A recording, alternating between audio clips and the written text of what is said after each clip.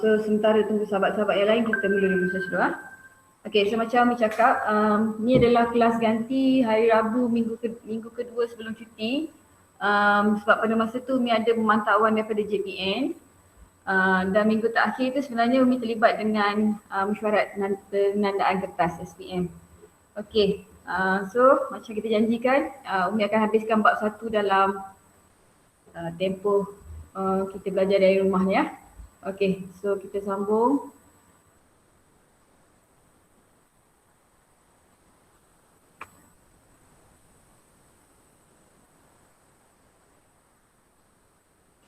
Okay, boleh nampak Boleh nampak Boleh nampak? Boleh ya?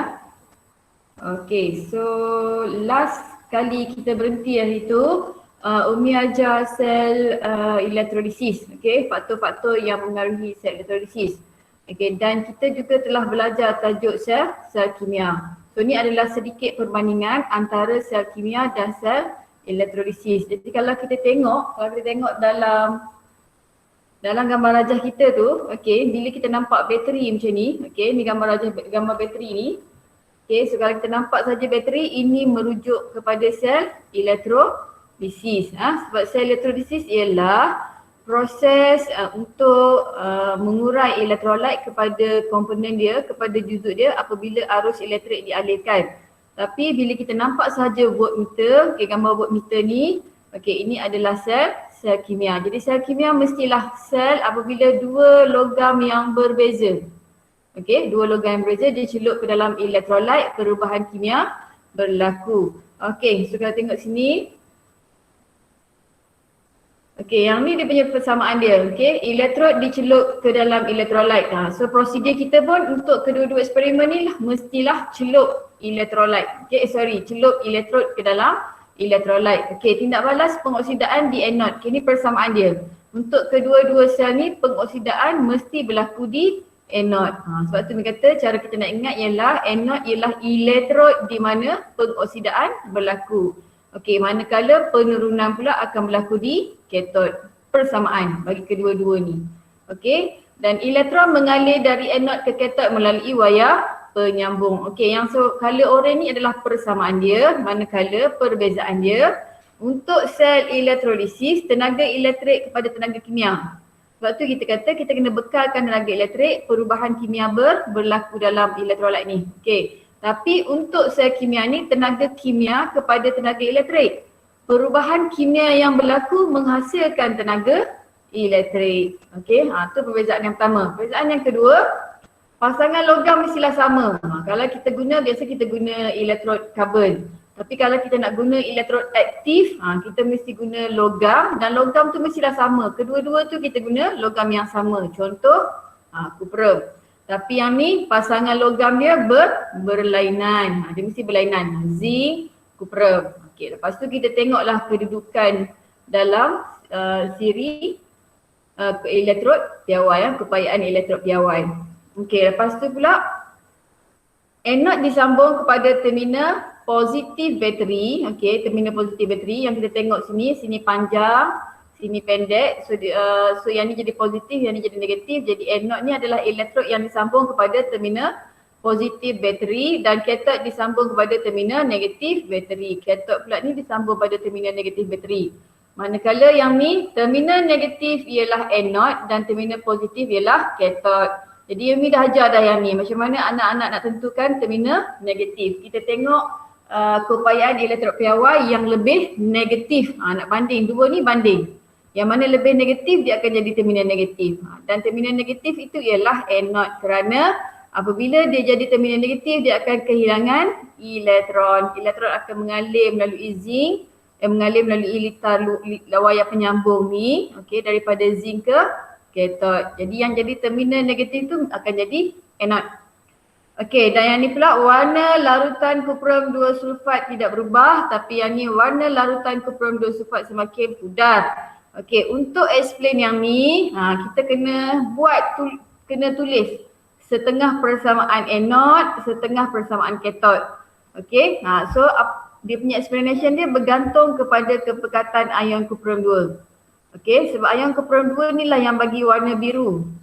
Kalau ion kumpulan 2 ni bertambah, okey, kepekatan ion kumpulan 2 ini bertambah, maksudnya warna biru tu akan menjadi semakin warna biru akan bertambah lah.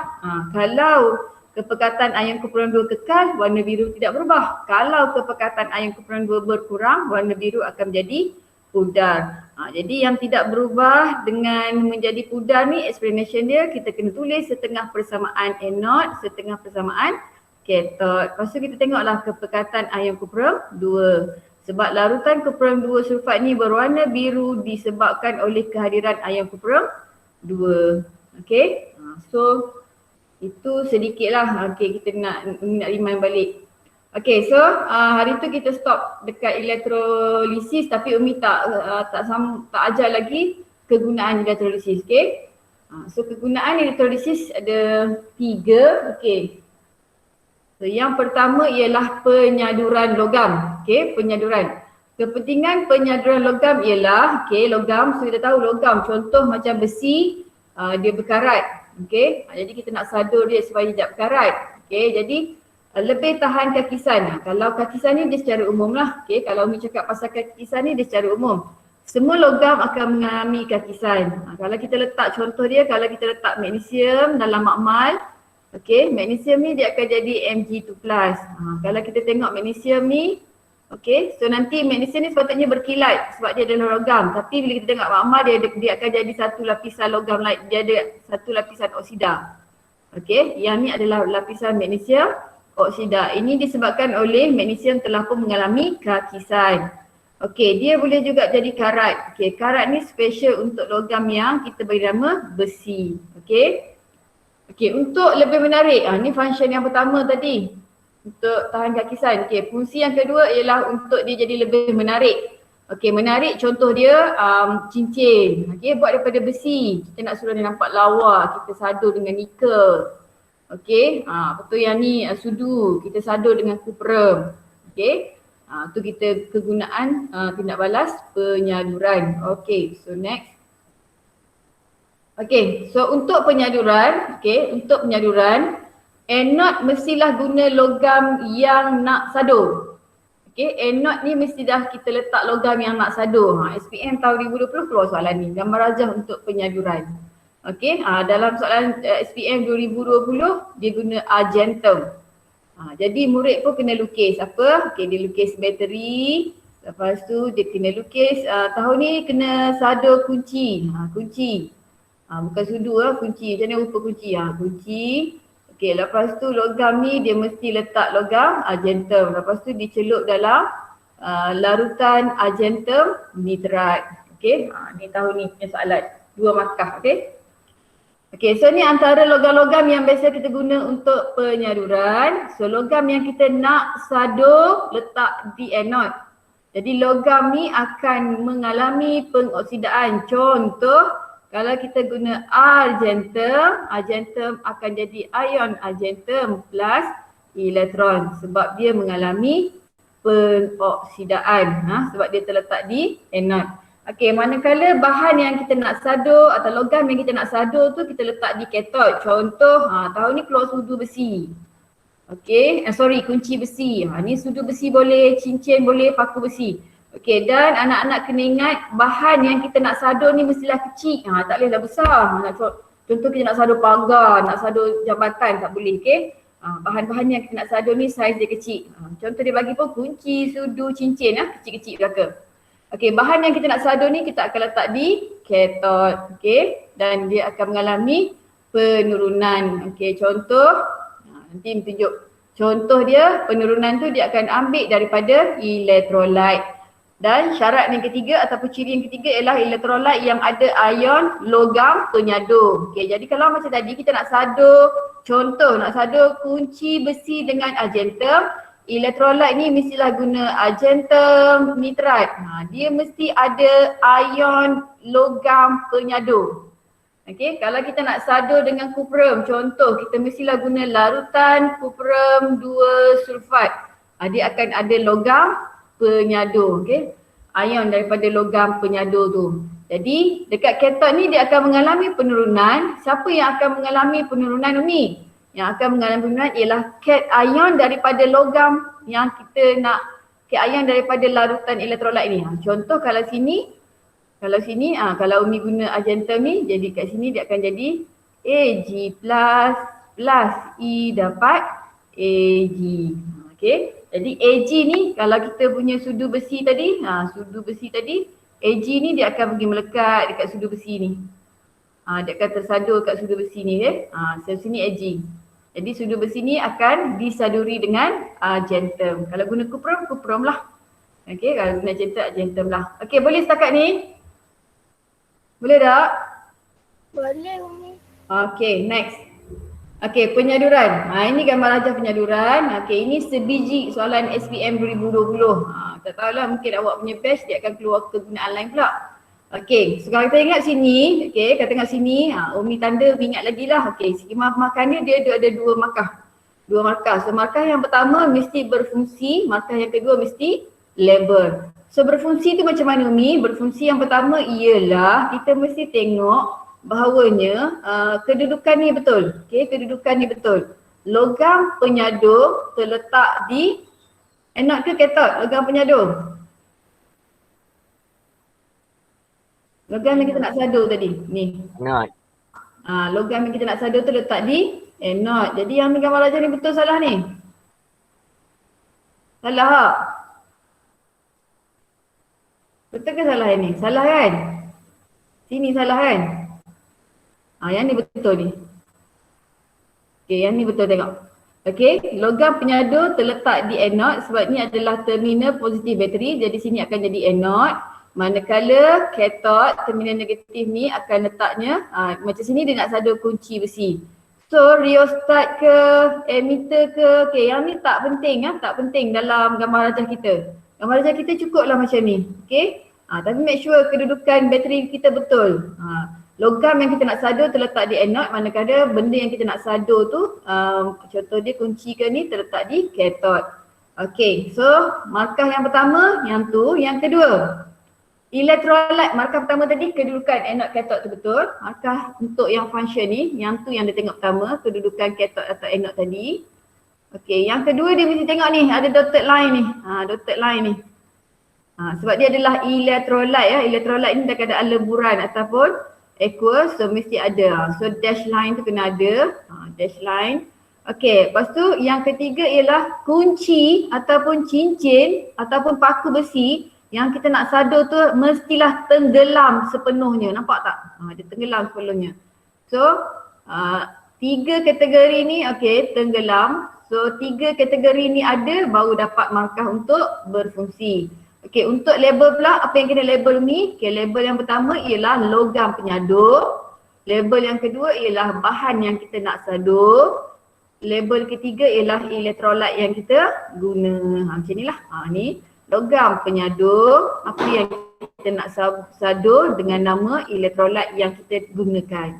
So cukup 3 ni baru dapat bahagian ni ya. Jadi untuk function ada 3 kategori, untuk label pun ada 3 benda nak kena label. So dapat semua ni baru kita dapat 2 markah. Okay. Okay, next seterusnya. Okey, penyaduran logam ni ada dalam buku teks kita. Okey, yang ni dia nak sadur sudu besi dengan menggunakan nikel. Okey, tengoklah. Boleh tengok dalam buku teks nanti. Okey, keadaan yang diperlukan untuk hasil penyaduran yang lebih baik. Okey, kalau kita nak buat penyaduran lebih baik, apa yang kita nak buat? Okey, yang ni mesti ada juga dalam prosedur kita. Yang pertama, bersihkan. Allah, naik kata berah. Ya. Allah. Allah, okey ya.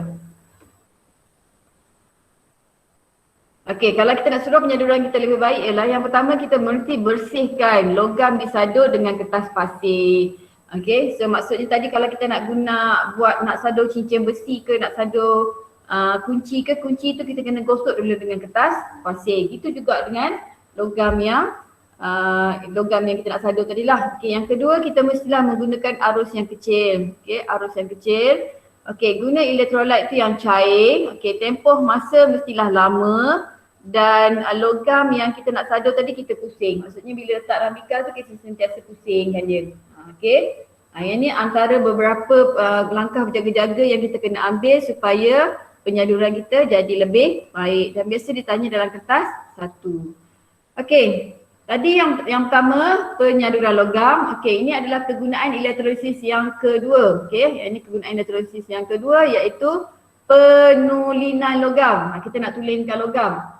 Contoh kalau kita tengok dekat dekat Kuantan, dia tengok dekat Kuantan tu dia ambil bauksit. Okey, bauksit ni aluminium oksida. Dia ambil daripada tanah tu, dia nak ambil aluminium.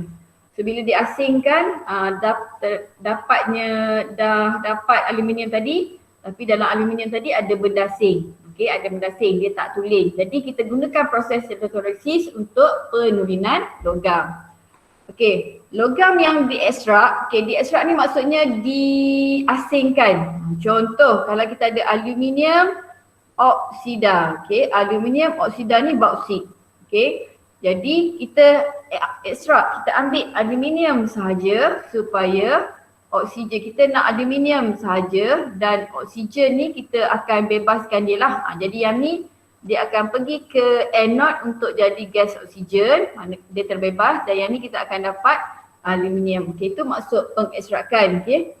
Jadi logam yang diekstrak daripada bijihnya adalah tidak tulen kerana mengandungi benda asing. Benda asing tu biasalah, dah kita ambil aluminium bauksit ni daripada dalam tanah. Kadang-kadang ada lumpur, ada rumput semua dalam tu, jadi dia tidak tulen. Jadi logam ini boleh ditulenkan secara elektrolisis penulinan logam. Jadi ini adalah kegunaan elektrolisis yang kedua. Kalau tadi penyaduran, sekarang penulinan.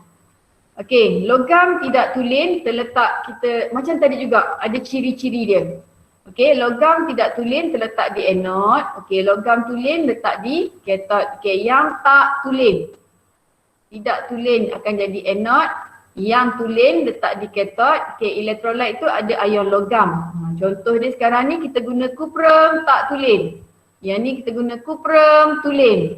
Yang ni mesti guna larutan kuprum 2 sulfat. Okey. So tu ciri dia. Okey, ni juga dalam teks kita. Okey, tengok sini. Anode, katot. So ni yang positif, jadi elektrod ni akan jadi anode. Ni yang negatif, elektrod ni akan jadi katot. So anode kita letak logam kuprum tidak tulen, manakala katot kita letak logam kuprum tulen, dan kita celup ke dalam larutan kuprum 2 sulfat. So apa yang berlaku ialah persamaan setengah di anode ni, sebab kita tahu anode akan mengalami pengoksidaan. Jadi kita letak kuprum tadi, dia akan jadi ion kuprum kerana dia kehilangan elektron. Jadi masa dia jadi ion kuprum ni, dia elektron kuprum ni kan dia besar macam ni. Dalam ni ada atom kuprum. Tapi bila atom kuprum ni dia jadi ion kuprum, dengan kehilangan elektron, ion kuprum ni dia akan masuk dalam elektrolit ni. Dia masuk elektrolit ni. Katakanlah kat celah-celah ni ada benda asing tadi. So benda asing tu akan jatuh dekat bawah ni. So tu cara dia buat penulinan. Manakala di katot pula ion kuprum 2 tadi yang ada dalam elektrolit ni tadi, dia terima elektron dan dia akan jadi atom kuprum. So apa yang berlaku? Atom kuprum ni tadi dia akan pergi lekat dekat elektrod ni. Sebab tu elektrod ni menjadi semakin besar. Jadi anode dia menipis dan katot dia menebal. Jadi kita untung. Kita dapat yang tulen ni makin besar, yang tak tulen ni dia jadi tulen dan benda asing tu akan jadi jatuh kat bawah. Ini adalah proses penulinan logam. So penulinan logam adalah tindak balas redox jugalah. Kuprum tidak tulen menipis, logam perang terenak lah. Sebab dapat kuprum tadi. So dan yang ketiga, kegunaan yang ketiga. Sekejap kan.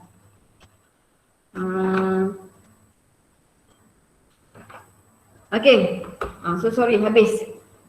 Kalau silibus lama kegunaan elektrolisis ada 3, sebab tu sebut 3 tadi. Sorry. Untuk awak cuma ada 2 saja kegunaan yang diajar, iaitu penulinan logam dengan penyaduran logam. So ada 2 saja kegunaan. Sebenarnya pengekstrakan logam daripada bijih je ni, okey, dia dah asingkan. Dia dah asingkan kat kita. So ini adalah subtopik kedua terakhir, 1.5, okey. So ni masuk topik baru dah. Topik baru, pengekstrakan logam daripada bijihnya. Okey, sikit saja yang kita nak belajar. Okey, ni juga adalah salah satu kegunaan elektrolisis juga. Okey. Tapi dimasukkan dalam subtopik yang baru. Okey, selepas habis belajar ni, kita kena pandai menjelaskan pengekstrakan. Macam cerita tadi, pengekstrakan ni ialah mengeluarkan logam daripada bijihnya. Allah Ta'ala ni dia contoh, bila kita nak guna besi, okey, nak guna besi, nak guna aluminium, nak guna timah, okey, semua logam-logam ini Allah Ta'ala jadikan dalam bentuk bijih. Okey, berada dalam tanah kita, dalam kerak bumi kita.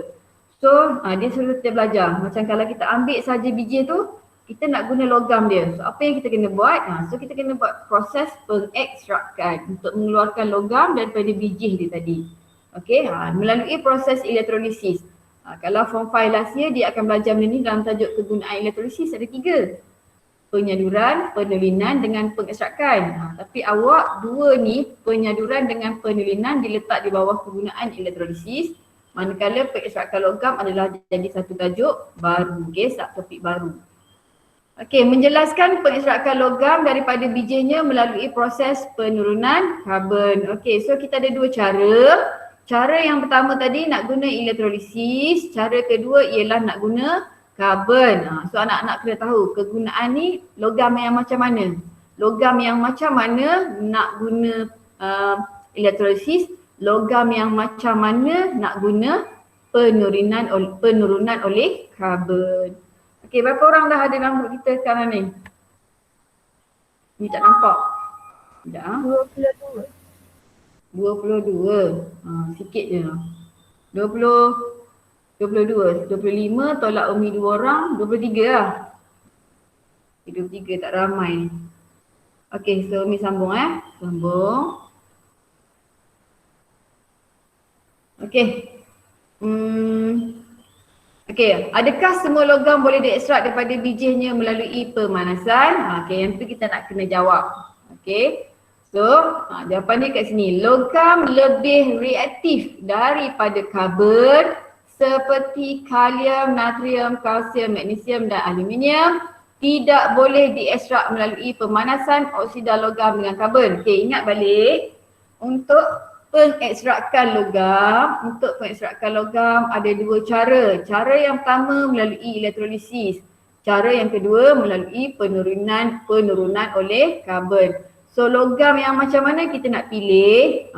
So yang ni anak-anak kena ingat balik masa kita belajar bab 3. Yang kita buat formula empirik magnesium oksida. Umi suruh ingat apa? Siri kereaktifan logam. Ingat lagi tak siri ni? Kalau nak kahwin tu ingat lagi tak? Siapa ingat? Dia sebut tak? Kalau betul apa? 5/1, 5/2, kalau nak kahwin mesti ada zakat fitrah supaya berhubungan kekal akhir ayatnya aurum. Tak boleh tulis bawah ni. Okey, so ni kena ingat. Lepas tu kena ingat kedudukan karbon dan hidrogen. Okey, karbon dengan hidrogen duduk kat mana? Karbon, hidrogen duduk kat mana? Okey, di sini kedudukan karbon, dekat sini kedudukan hidrogen. Jadi karbon berada atas daripada zinc. Jadi untuk logam yang berada atas zinc, ni kena ingat kena ingat. Siapa minta ingat tu tolong ingat. Sebab tu disebut kalium ni yang disebut kat sini. Kalium, natrium, kalsium, magnesium, aluminium. Okey, semuanya berada di atas karbon. Okey, tidak boleh diekstrak melalui pemanasan oksida logam dengan karbon. Jadi, untuk logam yang berada atas karbon tak boleh guna cara kedua. Kena guna cara yang pertama. Contohnya tadilah, Umi kata Umi nak ekstrak aluminium daripada aluminium oksida. Tak boleh guna penurunan karbon, kena guna elektrolisis. Sebab aluminium lebih reaktif daripada karbon dalam siri keaktifan logam. Okay, next.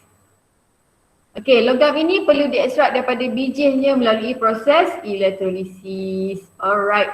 So untuk elektrolisis bagi logam yang reaktif pada karbon dan penurunan oleh karbon bagi logam yang kurang reaktif daripada karbon. So nak tahu lebih reaktif, nak tahu kurang reaktif, wajib hafal siri kereaktifan logam.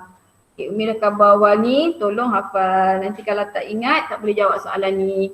Okay, so ni antara bijih-bijih yang ada dalam tanah kita. So macam emas dia memang kurang reaktif, so dia wujud sebagai logam. Tapi besi hematite, maksudnya kalau nak ambil besi kena ekstrak daripada bijih dia yang nama dia hematite.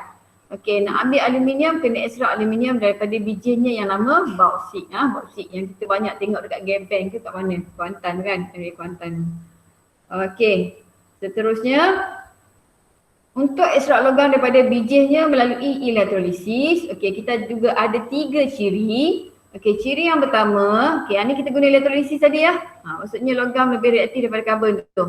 Okey, yang pertama leburan bijih tu, okey, dia akan jadi, maksudnya bijih tadi kita leburkan dia akan jadi elektrolit. Contoh dia, dia mestilah guna logam-logam yang lebih reaktif daripada karbon. Aluminium. Kalau nak kahwin mesti ada.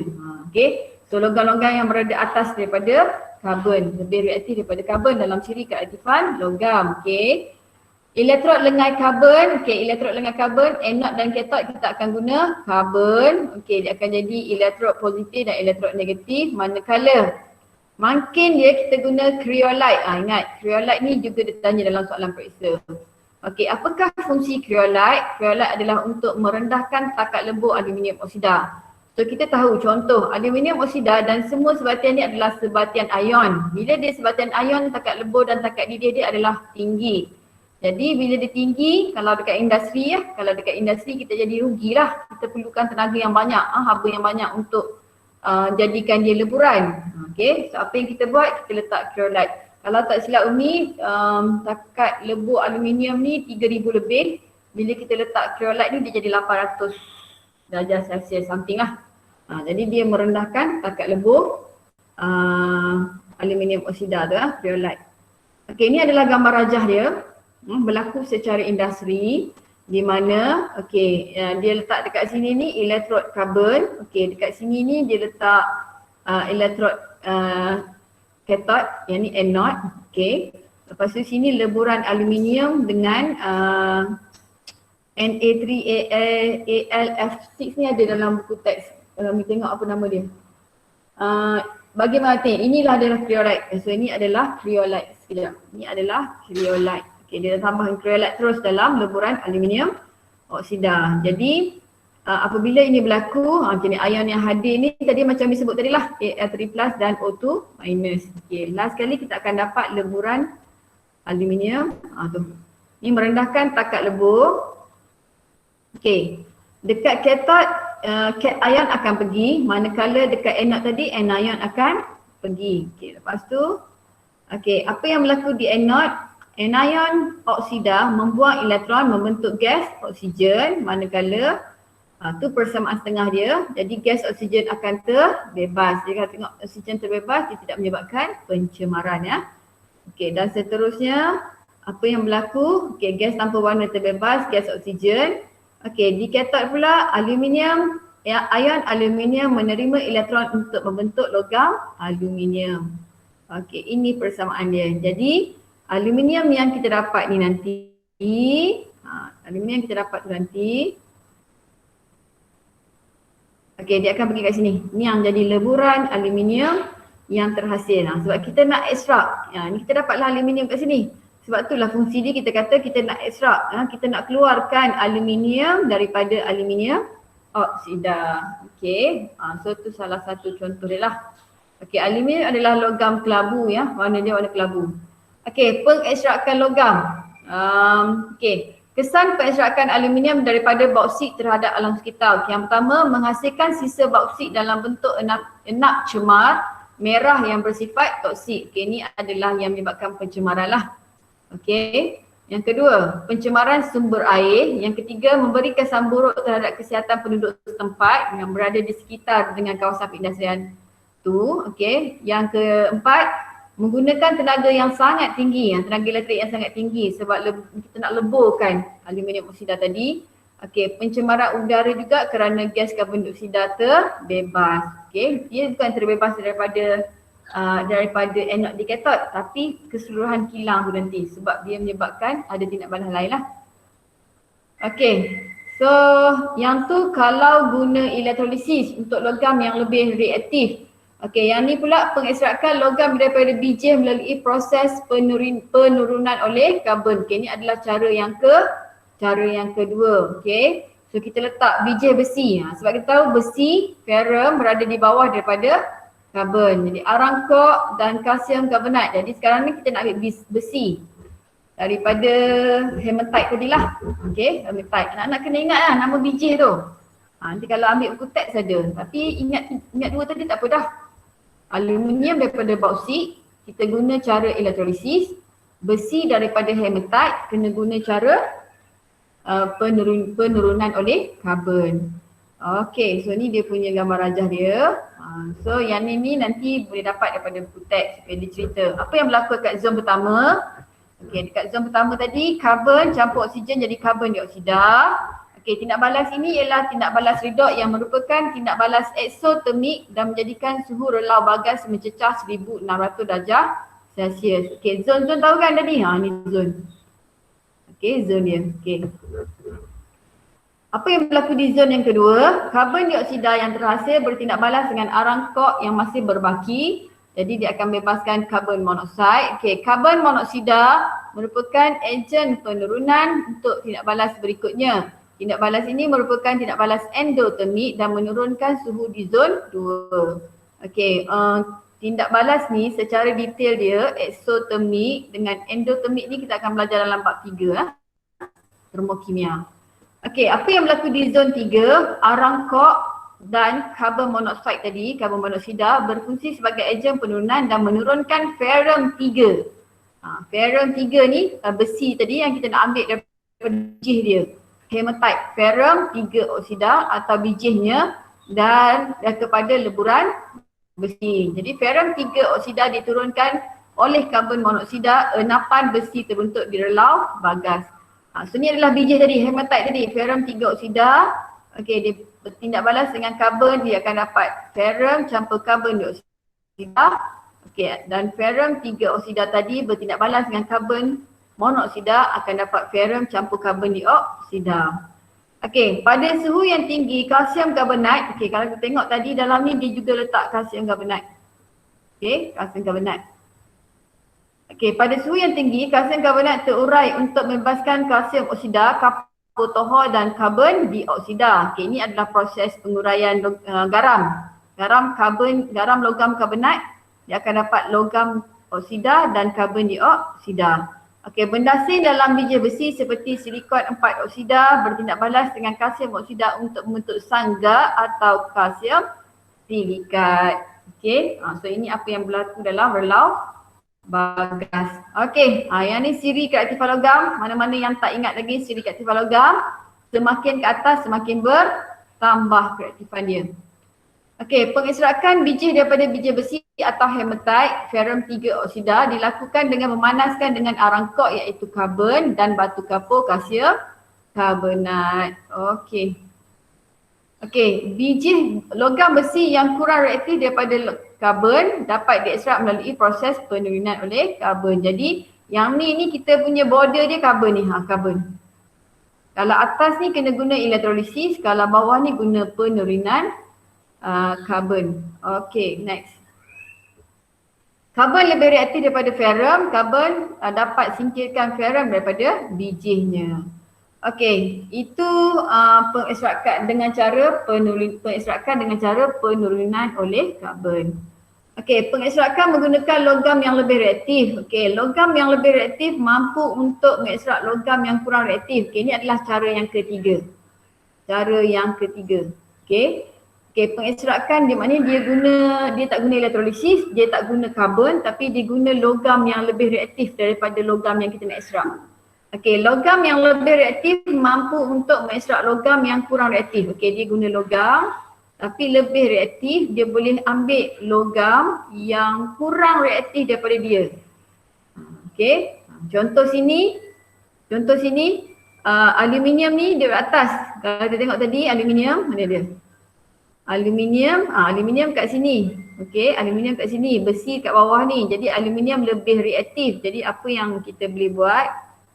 Okey, aluminium yang lebih reaktif ni dia boleh ekstrak besi daripada biji dia.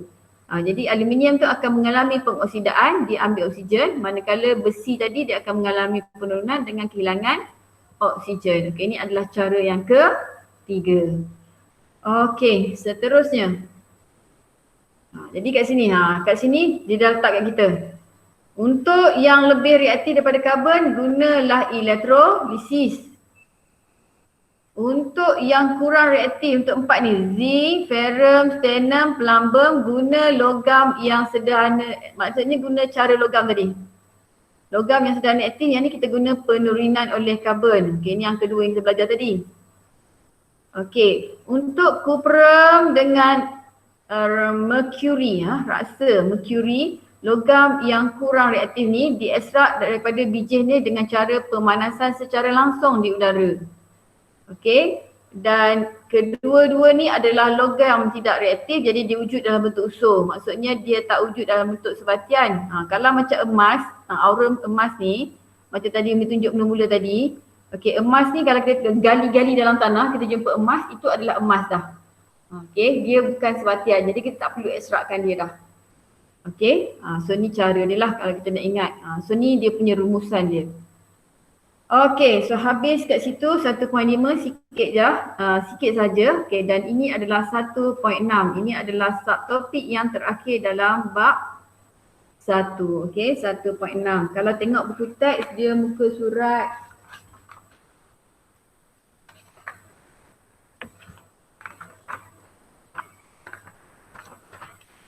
52. Okey, dalam 1.6 ni, apa yang murid-murid kena tahu? Yang pertama ialah menghuraikan proses kakisan logam. Kena tahu beza ya.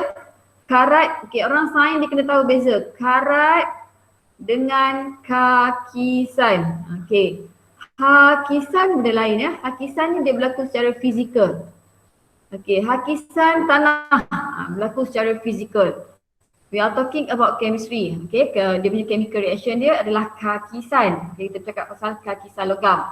Okay, lepas tu eksperimen untuk mencegah pengaratan besi. Okay, macam mana kita nak halang besi daripada berkarat. Okay, so ni adalah gambar-gambar objek yang dibuat daripada besi. Kapal, kapal Titanic yang besar-besar tu. Okay, piala, ni apa ni, rantai besi, pipe air, okay. Alright. So beza antara karat dengan kakisan, okey, kakisan semua logam. Okey, kalau kita belajar matematik matematik kita boleh belajar gambar rajah Venn. Awak belajar gambar rajah Venn dalam matematik? Belajar tak? Anak-anak? Belajar. Okey, belajar dah tahu apa? Belajar masa tampak ke? Tak ingat Dah 3 tu. Dah 3, okey. Kalau kita tengok kan, kalau kita buat gambar rajah Venn, okey, yang bulat tak jadi kot bulat. Okey, yang bulat besar ni ialah kakisan. Okey. Dalam dia ada substrate dalam ni. Yang ni karat. Maknanya semua besi, semua logam akan mengalami kakisan. Aluminium, apa lagi logam kita? Plumbum, apa lagi, apa tak mari ni, natrium, magnesium, semua akan mengalami kakisan. Cuma besi sahaja yang akan mengalami karat. Jadi kalau dalam kimia kita sebut karat, dia merujuk kepada besi. Kalau kita sebut kakisan, dia secara umum semua logam akan mengalami kakisan. Okey, itu beza dia. Okey, pengaratan besi ialah proses kimia yang berlaku apabila, tengok ni, besi yang terdedah kepada ada dua syarat. Macam mana besi nak berkarat? Yang pertama, dia mesti ada oksigen dan yang kedua mesti ada air. Okey, ini adalah dua syarat pengaratan boleh berlaku. Okey, dan mengalami tindak balas redox. Of course lah, 6 benda yang kita belajar tu semua tu adalah tindak balas redox. Okey, kakisan logam berlaku pada besi. Jadi kakisan ni secara umum, tapi karat tu hanya berlaku pada besi. Dia datang dengan dua syarat iaitu kehadiran oksigen dan air. Besi boleh berkarat. Alright, next. Okey, maksud kakisan logam. Kakisan logam ialah tindak balas redox di mana logam dioksida secara spontan atau semula jadi. Kita tak mampu kawal sayang. Kalau kita ada magnesium, magnesium akan mengalami pengoksidaan. Dia memang akan loss elektron, dia akan mengalami pengoksidaan secara semula jadi atau spontan. Spontan atau semula jadi apabila atom membebaskan elektron membentuk ion logam. Jadi benda ni memang berlaku secara semula jadi. Kita tak mampu untuk halang. Dia akan berlaku secara semula jadi. So ini adalah tindak balas kakisan logam. Okey, semakin elektropositif satu logam, semakin mudah logam itu terkakis. Okey, kakisan logam yang berlaku pada kuprum dan besi. Okey, eksperimen ni ada dalam teks. Okey. Tujuan dia mengkaji kakisan logam yang berlaku pada kuprum dan besi. Okey, penyataan masalah. Adakah kakisan logam dapat berlaku pada kuprum dan besi? Hipotesis dia, logam kuprum terkakis menghasilkan mendakan biru dan logam besi terkakis menghasilkan mendakan perang. Okey, so yang ni kena ingat ya. Biru ni warna apa, perang ni warna apa ni. Dalam tajuk garam. Okey, pemboleh ubah dia, kita manipulasikan dua logam, kuprum dengan besi. Okey, so kita nak tengok bergerak balas dia mendakan biru atau mendakan perang tadi dan kita malarkan larutan garam. Okey, so yang ni ada dalam teks lah. Okey, tinggal dulu. Okey, yang tu kita, masa kita buat amalan nanti kita tengok. Okey, Umi nak tengok, nak tunjuk sekarang ni cara mekanisme dia. Macam mana besi boleh berkarat. Okey, yang ni mekanisme pengeratan besi. Okey, proses pengeratan besi sebagai tindak balas redox. Okey, anak-anak tengok. Besi yang kita tengok dalam atmosfer, dalam keadaan biasa kita ni, pada suhu bilik ni, di dalam keadaan pejar kan. So ni besi. Ni besi ya. Ni besi lah ni. Ni besi ni. So kita tengok, kita letak besi setongkol kat sini, kita letak besi. Ni besi. Lepas tu besi dengan kehadiran oksigen tadi, oksigen dalam atmosfera udara kita ada oksigen. Lepas tu ada air. Okey, ada air. So apa yang berlaku ialah, okey. Kan kita dah ajar tadi, atom ferrum melepaskan elektron membentuk ion ferrum. So yang ni dia berlaku dekat sini. Dia secara semula jadi, kita tak mampu nak halang.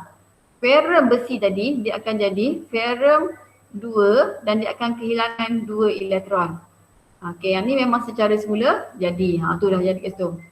Okey, jadi kat situ berlakunya pengoksidaan. Okey. So, adanya ion ferrum 2. Okey, apa yang berlaku ialah elektron tadi ni dia bergerak ke kawasan yang mempunyai kepekatan oksigen dengan air yang tinggi. Dia pergi dekat tempat yang ada oksigen dengan air yang tinggi ni. Jadi oksigen yang larut dalam air menerima elektron dan menghasilkan ion hidroksida. Okey. So ingat lagi tak Umi suruh ingat hari tu yang ni. Ingat dari tu masa kita belajar elektrolisis, Umi suruh ingat 4 orang hutan tu. Ingat lagi tak? Siapa ingat 4 orang hutan menghasilkan apa? Masa belajar elektrolisis tu, 4 orang hutan. Siapa ingat? 5B1, 5B2, 4 orang hutan, lepas tu apa? Ya Allah ya Tuhanku, tak ingat langsung dah. 4 orang hutan, lepas tu? Minum 2 air. Minum 2 air, lepas tu? Makan 2 oren. Makan 2 oren. Dan 4 efat. Siapa jawab tu? Jannah. Siapa? Jannah. Tak apa. Dia tunggu minggu depan ni. Jumpa dengan Umi pulas telinga. Senyap belaka ni. Okay, so yang ni ayah hidroksida. So apa yang berlaku dekat sini dia terbalik sayang. Awak nampak tak ada terbalik? Dengan kehadiran oksigen, dengan kehadiran air, karat boleh berlaku kan? Karat boleh berlaku. Lepas tu dia terima elektron daripada tadi. Elektron yang ferrum tadi lost tadi. Ni elektron ni. Okay, so dia akan menghasilkan 4 orang hutan. Ini dah masuk ayat ni. Oksigen yang larut dalam air menerima elektron dan menghasilkan ion hidroksida. So ion hidroksida ni terhasillah di katod. Tadi anode. Sebab apa Mi kata sini anode? Sebab dia kehilangan elektron. So dia jadi anode kat sini. Jadi ferrum ni akan bertindak sebagai anode manakala di tempat-tempat di penghujung ni. Yang ada air dengan oksigen ni akan jadi katod. Okey, seterusnya. Apa yang berlaku? Tu OH ada kat situ. Okey. Sekejap kami delete yang ni. Okey. So ferrum 2 tadi yang terhasil dekat sini ni tadi, dekat anode tadi, ferrum 2. Okey, bergabung dengan ion hidroksida hasil di katod tadi. Okey, membentuk ferrum 2 hidroksida iaitu ferrum 2 dia warna hijau. Karat kita warna perang. Okey, maksudnya kalau kita tengok semua kita punya besi tu, sebelum dia jadi perang, dia akan jadi hijau dulu. Okey, dia akan jadi hijau dulu. Okey, seterusnya. Okey, ferrum 2 hidroksida dioksidakan oleh oksigen secara berterusan. Maksudnya ferrum 2 tadi ni, dia akan terus mengalami pengoksidaan membentuk. Okey ni. Ferrum 3 hidroksida terhidrat ataupun bahasa Melayu dia kita panggil karat. Barulah berwarna perang. Maksudnya ferrum 2 hidroksida tadi ni, yang ni, okey, dia akan terus mengalami pengoksidaan oleh oksigen tadi. Akan dapat ferrum 3 oksida terhidrat. Okey, X air. X ni adalah integer. Integer ni bergantunglah. Kalau kawasan tu mempunyai kelembapan yang tinggi, nilai X itu mungkin besar lah. Tapi kalau kita tulis dalam jawapan periksa, inilah. Tulis X saja. Okey sayang, ni adalah mekanisme pengaratan. Macam mana besi boleh berkarat. Okey, dan yang ni tak keluar dalam SVM 2020. Okey, walaupun kita dah lama tak keluar ni. Jadi kena tengok. Penerangan ni saja boleh bagi awak 10 markah. Dia bermula daripada sini ni. 1 markah sini, 2 markah kat sini, 3 markah kat sini. Okey, semua ni akan bagi awak 10 markah, lebih kurang. Tapi step dia kat situ. Ferrum akan mengalami kakisan secara semula jadi, membentuk ferrum 2 ferrum 2. Elektron daripada anode tadi, okey, akan bergerak ke kawasan yang mempunyai kepekatan oksigen dan air yang tinggi. Jadi air dan oksigen tadi akan menerima elektron membentuk ion hidroksida, 4 orang urutan terbalik. Okey, hasil di anode dengan hasil di katod akan bergabung. Ferrum 2 dengan hidroksida akan bergabung membentuk ferrum 2 hidroksida. Okey, ferrum 2 hidroksida berwarna hijau. Okey, ferrum 2 hidroksida terus mengalami pengoksidaan oleh oksigen membentuk ferrum 3 oksida terhidrat yang berwarna perang. Barulah jadi karat. Sebab karat kita warna perang. Okey, kalau kita tak nak bagi, so besi ni nombor oksidaan dia kosong. Dia akan jadi ferrum 2 dulu. Ni nombor oksidaan dia positif 2. Barulah dia jadi ferrum 3. Ni nombor oksidaan dia positif 3. Kalau kita tak nak bagi besi berkarat, kita kena sekat dekat sini. Halang kat sini. Kalau dia dah jadi ferrum 2, automatically dia akan jadi ferrum 3. Kita dah tak mampu nak halang. Nah yang ni pun berlaku secara semula jadi. Tapi kita masih boleh halang kat sini. Sampai sini dah tak boleh halang. Once dah jadi ferrum 2 ni, dia akan terus jadi ferrum 3. Okay, kita dah tak mampu nak halang kat situ. Jadi kalau kita tak nak bagi berkarat, kita kena stop. Supaya ferrum dia tak jadi ferrum 2. Okay, seterusnya. Okay, ini adalah amali untuk elak pengaratan. Yang ni pun kita akan buat. Okay, nanti kita akan tengok nantilah. Okay, so anak-anak boleh tengok dalam teks nanti. Okay, yang akan teram dia tu masa kita buat amali nantilah. Okay. Okay, seterusnya. Macam mana kita nak cegah besi daripada berkarat? Okay, macam mana nak cegah besi daripada berkarat? So macam yang cakap tadi lah. Nak cegah besi daripada berkarat, kena halang ferrum jadi ferrum 2. Once sudah jadi ferrum 2, dia akan terus jadi ferrum 3. Tapi ferrum nak jadi ferrum 2 ni pun dia secara semula jadi, secara spontan. Tapi kita masih boleh halang dia, boleh cegah dia lagi. Okey, cara pencegahan pengaratan besi. Okey, yang pertama penggunaan permukaan perlindungan. Okey, apa contoh ni permukaan perlindungan ni? Kalau kita ada besi, kita tak nak bagi dia berkarat. Apa yang kita buat kat dia? Cara mudah dia. Siapa boleh bagi tahu? Tak nak bagi besi berkarat, apa yang kita buat dalam kehidupan seharian kita ni? Cat. Cat. Okey, lagi? Kalau tak nak cat, apa kita buat kat dia? Sapu grease, sapu minyak tu dah. Okey, tapi cat adalah benda yang paling mudah, betul. Okey. Okey, cat, grease, lapisan plastik.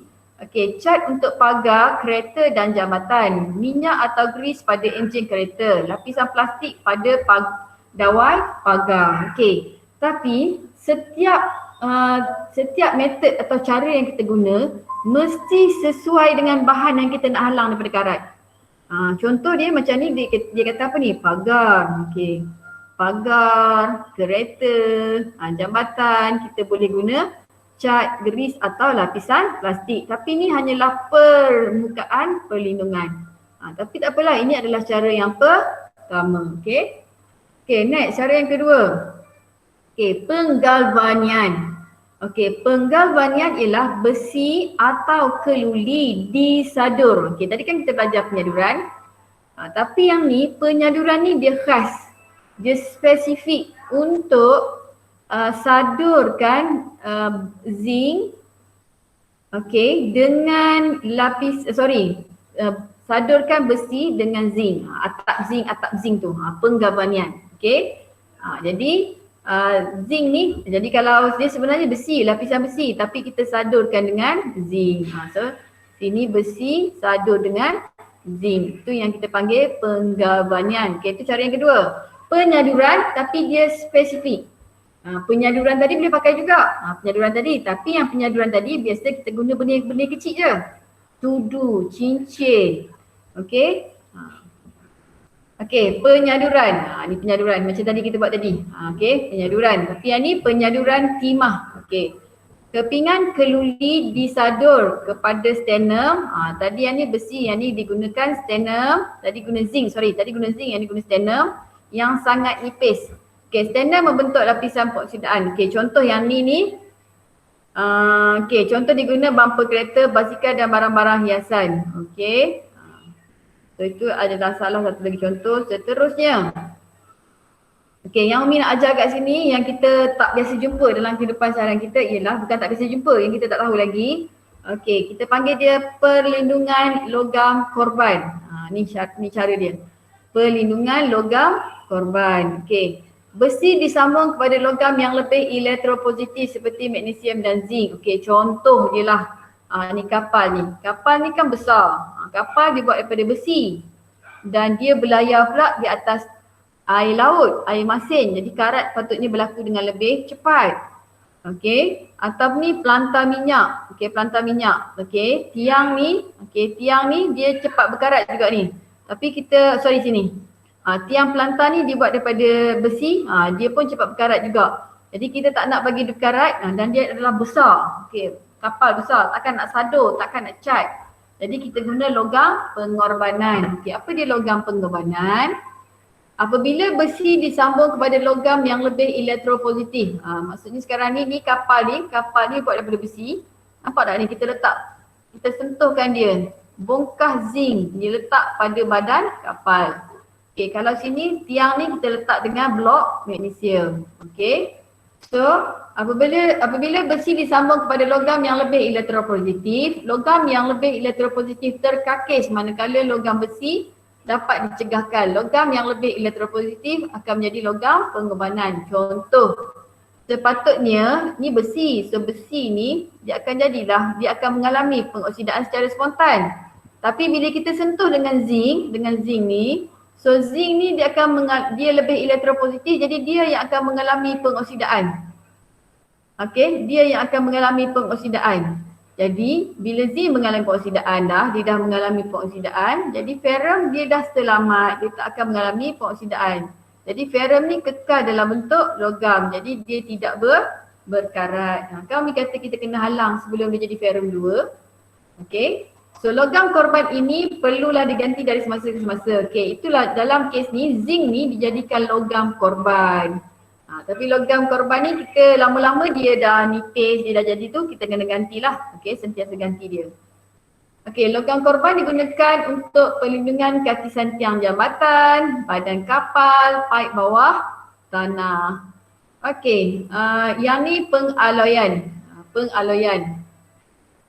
Pengaloyan ni maksudnya dia adalah campuran, kita campurkan unsur lain kepada besi tu supaya dia jadi lebih, kepada logam tulen supaya dia jadi lebih kuat dan keras. Contoh ni nak buat body kapal terbang, nak buat body kereta Formula 1. Okay, dia kita kena buat pengaloyan supaya dia lebih kuat dan keras. Sebab besi ni dia boleh mulur. Maksudnya bila kita ketuk dia akan jadi patah. Sedangkan kalau kita nak buat body kapal terbang tu kita perlukan satu yang aerodinamik tu. Okay. Sebab tu kita perlukan alloy. Okay. Kita kenakan alloy. Okay. Dalam keluli nil karat, besi dialoykan dengan karbon. Maksudnya logam besi ditambahkan dengan karbon, kromium dan nikel. Okay. Nil karat, besi, kita biasa panggil stainless steel. Tu adalah alloy. Okay, kromium dan nikel membentuk lapisan pengoksidaan oksida yang tahan kakisan serta membentuk lapisan yang berkilat. Jadi dua lah. Comel tahan karat Lapisan oksida terbentuk melindungi besi daripada terdedah daripada oksigen dan air. Bila ada satu lapisan, oksigen dengan air tu tak boleh nak masuk. Jadi karat boleh dicegah. Okey, keluli ni karat banyak digunakan dalam alatan bedah dan perkakasan dapur. Alat bedah ni kita biasa dia punya pisau, dia punya doktor-doktor guna, dia punya fosil, semua tu fosil pada dia punya forceps tu. Okey. Tapi yang kita biasa jumpa kat dapur, stainless steel tu lah, periuk sentiasa berkilat tu. Alright, so habis. Okey, habis kita punya tajuk. Okey, so tutup dulu. Stop presenting. Okay, so sekarang ada 24 orang lah dengan Umi. Okay, so itu saja. Habis dah bab 1, macam Umi janjikan. Okay, ada apa soalan ke? Ada apa soalan setakat ni?